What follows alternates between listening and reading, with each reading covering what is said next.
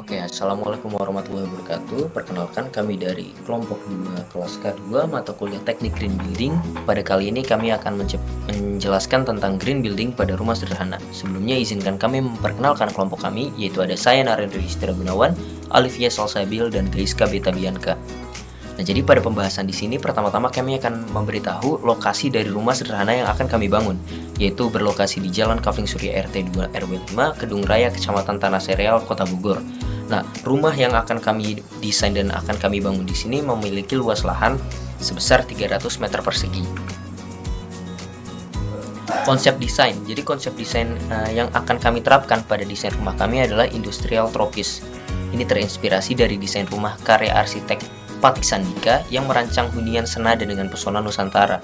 Dengan menggabungkan kedua konsep hunian ini sangat cocok untuk generasi milenial dan tetap mempertahankan kesan alam Nusantara.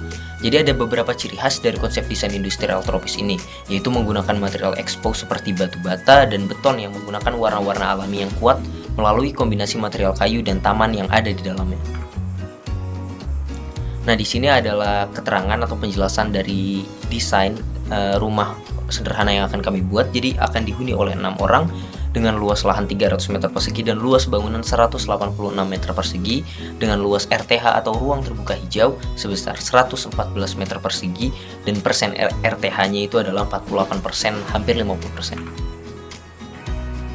Nah, ini adalah view rumah yang telah kami desain menggunakan SketchUp. Di sini kami mengambil sudut isometrik. Jadi rumah ini dilengkapi dengan balkon yang menghadap ke selatan. Jadi menghadapnya kemana? Mengarah ke Gunung Salak. Nah, di sini ada denah rumah seperti yang tadi telah diperlihatkan dari desain atau view rumah isometriknya. Rumah kami itu adalah 2 lantai. Dengan lantai 1 denahnya itu terpapar di kiri dan yang lantai 2 ada di kanan. Nah, di lantai 1 itu ada 1 dapur, ada 1 ruang makan, 2 kamar tidur, 1 ruang keluarga, 1 ruang tamu, 1 toilet, carport, dan teras. Nah, dimensi-dimensi dari lantai 1 juga kami tampilkan pada gambar yang ada di kiri. Dan untuk lantai 2 itu ada 3 kamar tidur, 1 toilet, dan balkon. Dengan dimensi pada lantai 2 juga kami tampilkan pada gambar di sebelah kanan. Selanjutnya di sini ada konsep rumah tumbuhnya. Nah, jadi konsep rumah tumbuh seperti namanya, jadi kita nggak langsung membuatnya menjadi 2 lantai, tapi kita bangun dalam 2 tahap. Tahap pertama itu pembangunan lantai 1 ada pada gambar kanan atas, dan tahap keduanya itu pembangunan lantai 2 ada pada gambar kanan bawah. Nah, lantai 2 rumah dibangun pada tahap kedua. Di sini ada gambaran dari interior rumah. Seperti yang tadi kami telah sebutkan, ciri khas dari konsep industrial ini adalah banyaknya material-material yang terekspos. Di sini ada batu bata, ada beton, lalu juga ada taman-taman di dalam rumah. Dan juga menggunakan banyak material kayu dan material alam. Nah, di sini ada area hijau dari rumah kami. Jadi RTH 48% yang ditanami berbagai tanaman. Salah satunya pohon cemara. Sebagai apa? Sebagai pohon pelindung lokal.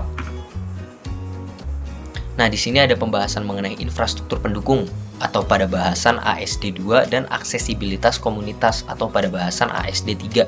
Nah, jadi akses lokasinya itu di sini ada keunggulannya ya, yaitu 800 meter ke supermarket, 1 km ke GKPB, lalu ada 270 meter ke sekolah, 1 km ke kampus, 1,1 km ke masjid, 1,3 km ke mall, 550 meter ke ATM, 1,5 km ke SPBU, dan 1,5 km ke puskesmas.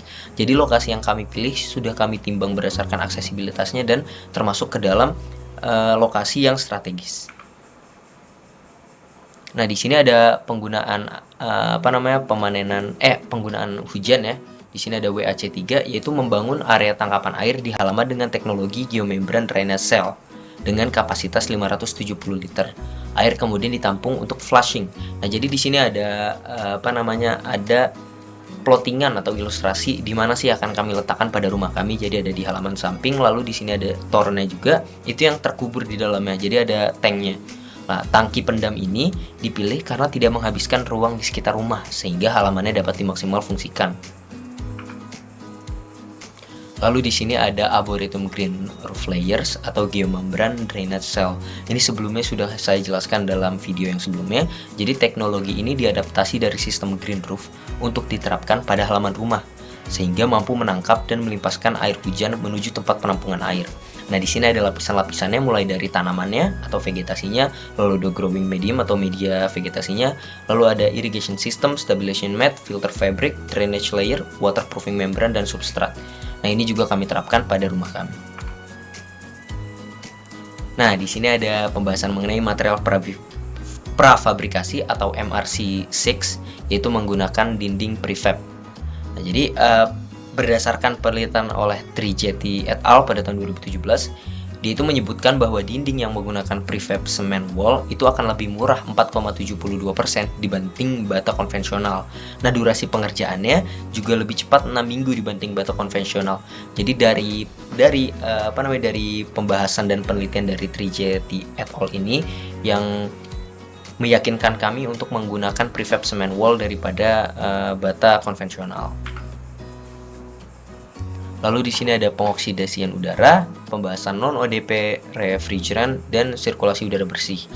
Nah, jadi di sini kalau misalkan teman-teman sadar, dari tadi kami tidak memperlihatkan adanya air conditioner.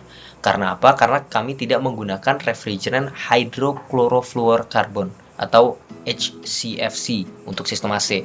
Nah, kami menggunakan untuk menggantinya, kami menggunakan sistem cross ventilation atau ventilasi silang. Jadi di sini udara akan terus tersirkulasi di dalam rumah sehingga udara-udara segar selalu terasa dan kenyamanan termalnya juga tinggi. Di sini ada pencahayaan alami juga, cahaya alami yang menerangi rumah kita itu akan menerangi sebesar 50% dari luas. Nah, jadi penggunaan kaca pada rumah itu ditujukan untuk pemanenan cahaya matahari sehingga penggunaan listrik pada siang hari itu dapat diminimalisir. Di sini ada pengelolaan sampah, ada pada bahasan BEM 4. Jadi di bagian belakang rumah kami akan menyiapkan sebuah bak kompos untuk melakukan pemilahan sampah organik. Nah, sampah anorganiknya akan kami kelola pada bank sampah terdekat. Nah, bak kompos yang kami gunakan di rumah itu berdimensi 0,6 dikali 0,6 kali 0,7 meter. Nah, di sini ada keamanannya. Nah, keamanannya itu kami telah modelkan struktur dari bangunan kami menggunakan aplikasi SAP. Jadi, struktur bangunan ini dirancang dengan mempertimbangkan beban hujan, gempa, angin, sehingga diperoleh struktur yang tahan terhadap bencana alam. Jadi, setelah pengkalkulasian dan penganalisis tentang struktur bangunan ini, kami harapkan bangunan ini akan aman terhadap bencana alam. Nah, di sini ada perhitungan konsumsi listrik. Nah, perhitungan konsumsi listriknya pertama kami bagi dua menjadi perhitungan untuk lampu dan alat-alat elektronik. Nah, di sini ada lampu.